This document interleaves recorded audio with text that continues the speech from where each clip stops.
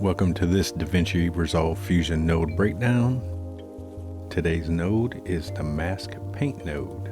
So we're going to jump into Fusion and bring in a mask paint node. Now the mask paint node lets you pretty much freehand draw masks, and it bases itself kind of off the paint node, which is a pretty robust node within DaVinci Resolve. I know I haven't covered it yet, but I will. So the mask paint node, and I'm going to be honest with you, I really don't use this node kind of ever, and not because it's a bad node. It's a great node. It's amazing. It does a lot of great things, but I'm a huge Mocha Pro user, and anything I can do in the mask paint node and the paint node, I do within Mocha Pro. And especially if it's something really in depth, like wire removal or anything like that, or requires a lot of rotoscoping and tracking, I'll use Mocha Pro. And if there's a lot of like background painting, if I'm doing a set design and everything, I'll use Silhouette, which has a huge robust paint node within it. I will be doing some tutorial videos on Mocha Pro within DaVinci Resolve Fusion, and going over some in-depth stuff like tracking and painting. But to move on with this node, so the mask paint node, let's go ahead and connect it up, and it'll only connect into the mask input of any node. There's nothing else, and you can see there's no other node inputs, but you also have a mask input, so you can attach your own mask to the mask paint node. And you can see our screen is blank because technically there's nothing there, because all we're doing is we're painting masks. And that's one main difference between the paint node and the mask paint node. You can't change your color. You've only got white.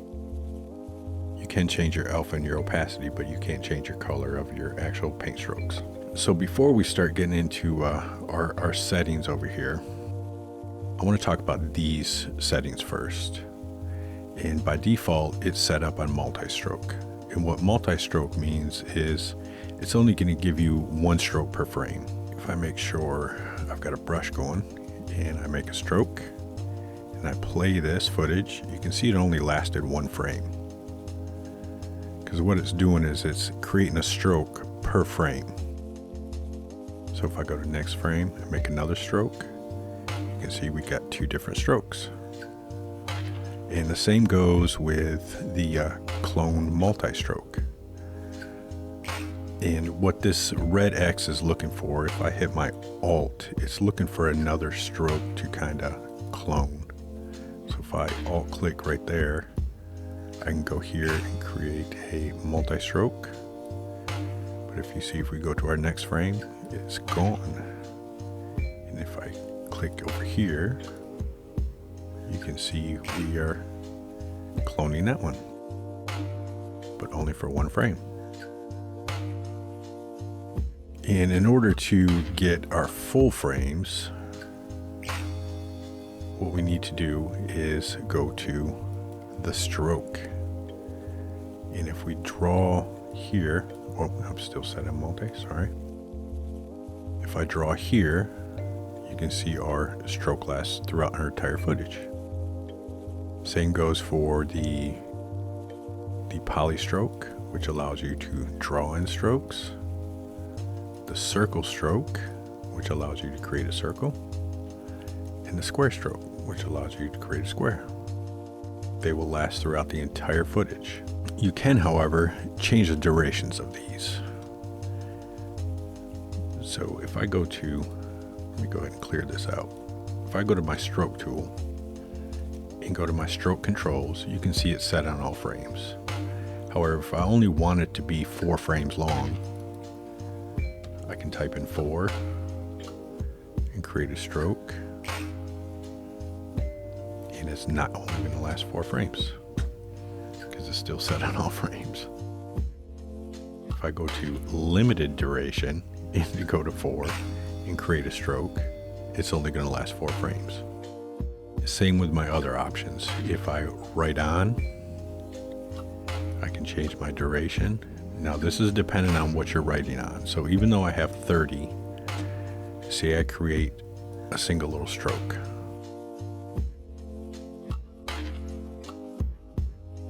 You can see our keyframes are only lasting actually less than 30 frames, just because it's a small stroke. Now if I created a larger stroke to write on, you can see our keyframes are much larger, but it's longer than 30 frames. So your length is dependent on the actual length of your stroke, because it's creating one stroke per frame to create this. But if I play, you can see it's writing on. Same with write off, works the same way. If I want to write it off, it'll go the other way. I should have started from the beginning, because you're not going to see it. Let me go back and let me clear this so we can see what's going on. And I got to go, just so you know, every time you refresh, it's always going to default back to the all frames. So if I write off, it's writing off. And I can go right on, then off. And again, this is all dependent on how long the stroke is, whether or not it's all going to happen. So if I create a short stroke, you can see it's going to write on and then write off. But if I create a super long stroke, it's not going to have time to finish the stroke and then completely write off. So it's stroke dependent, stroke length dependent, just so you know. And then we've also got trail. So go back to the beginning and create a line. You can see it's going to trail. And on this trail, if I change my duration,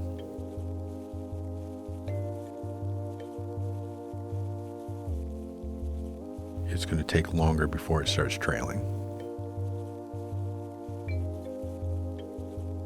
And to see that a little better, let's redo that. Stroke, trail. I'm going to up my duration. Create a stroke. As I play, it's longer. And if I needed a shorter duration, it'll be shorter. So those are your stroke controls. Now mind you, that's just within the stroke. Once I go here, my stroke controls completely change. So under brush controls, we have the type of brush we're using, whether it's soft, and you can change your size. You can change your softness. We can have a solid stroke. I'll skip this one. We can have a pixel stroke, and you can have a square stroke. And again, change your size. This. Now, this image setting right here, this allows you to have three choices of how you want your alpha to use images. So under brush, you're actually picking what brush you want. So if I needed a fish, change my size and I can create an alpha of a fish. If I needed a snowflake, I can create snowflakes. Under clip, if I look for a source file that's got an alpha, say this, I can use that. Can make it larger, and you can go beyond this too. If I need to make it 0.5, it can be 0.5. Now under this tool, I've honestly never got this to work within the mass paint. Under the paint node, how it's supposed to operate, if I bring this paint node in, let me disconnect this, turn Turn our alpha off. Under the paint node, if I wanted to use a tool under the image, under source tool, I would simply drag in my source, and I can change the size, and you can see we're actually using that image as the tool. And if I wanted it to be full size,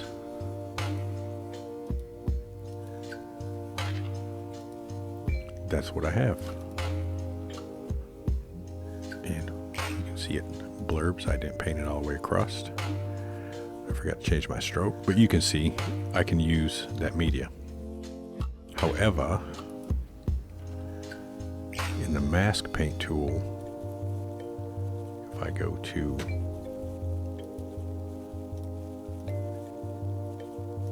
stroke, brush, image, tool, I can't drag that in.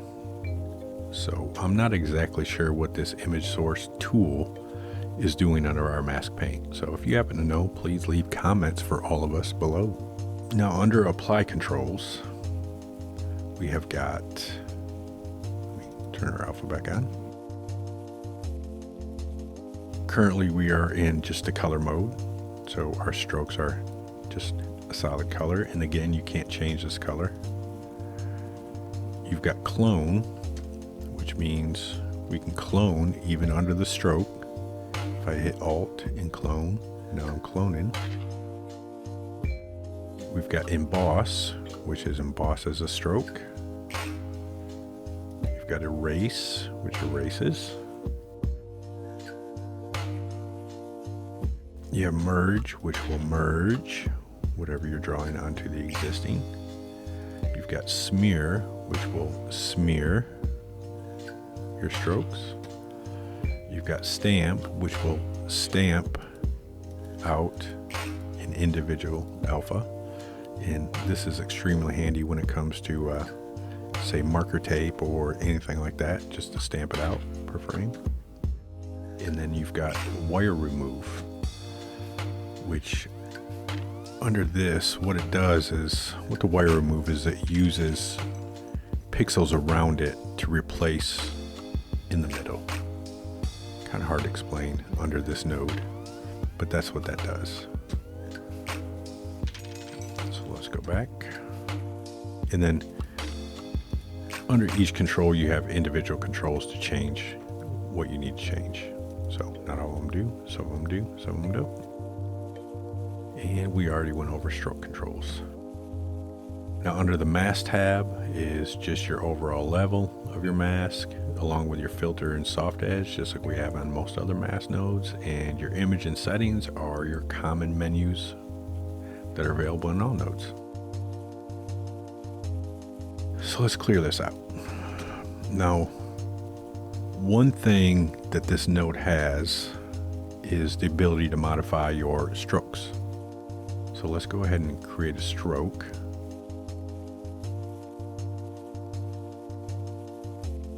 And if we go to modifiers, you can see our strokes we made. And the only one left is our stroke one. Now under the stroke one, we can change anything, we can modify it. Meaning if we need to go back and change our size, we can change our size. You can even change the brush type if you want. You can change the softness. And you can change your apply controls. But what's really great is we can change our stroke controls.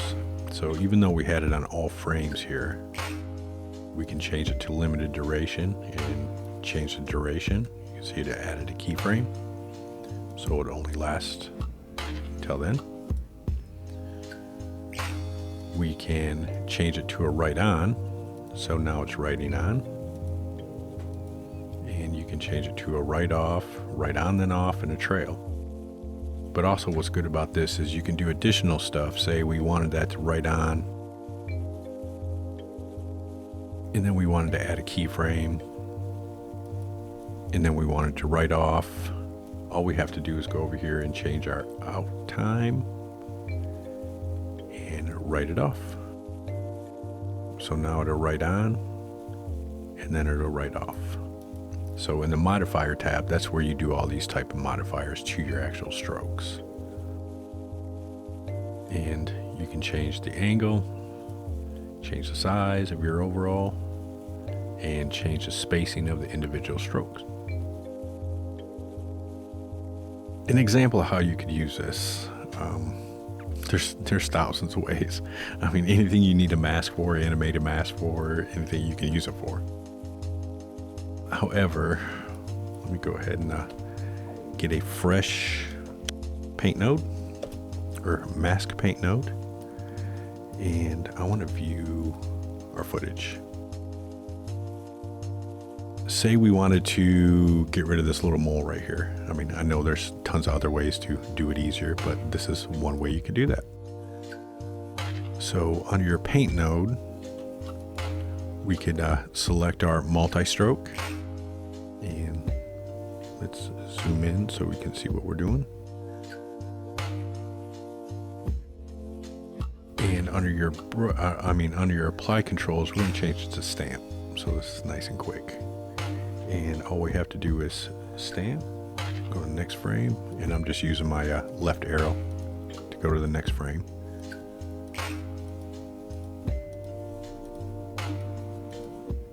And I won't do all the footage, I'll just do enough so you can see what's going on.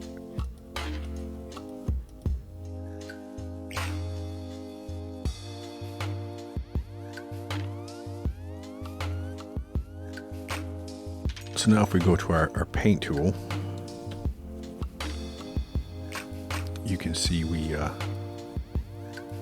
created a nice little stamp out of that mole area. And what we could do is we can copy this, bring this into our mask. Let's get a merge node.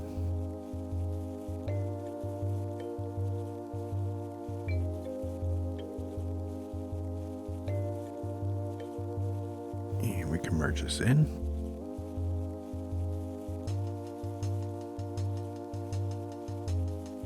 So you can see we're seeing that. What we want to do is apply our mask inverted. And once we do that, we can bring in a transform, stick it right there.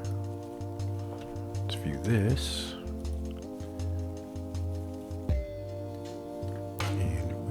Transform this, transform it down just a little bit until it's just out. Now our mole is gone. All our keyframes go away. So that's one way you can use the mask paint node. So I'll see you in the next node breakdown.